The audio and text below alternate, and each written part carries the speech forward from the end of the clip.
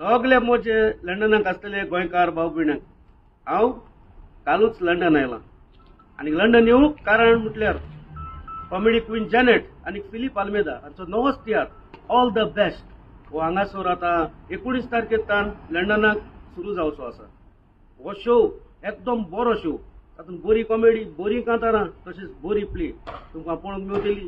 कोणेच चुकोवंक फावना ह्या तियात्राक, तुमी येवंकूच जाय कित्याक कॉमेडी क्वीन जॅनेट आनी फिलीप आल्मेदाचो नवो तियात्र ऑल द बेस्ट हातूंत हांव आयलां।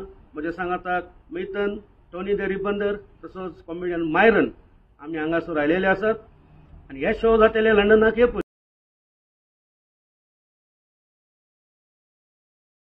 जॅनेट आनी फिलीप आल्मेदाचो नवो तियात्र तुमी लंडनाक जरूर पळयतले म्हणून देव बरें।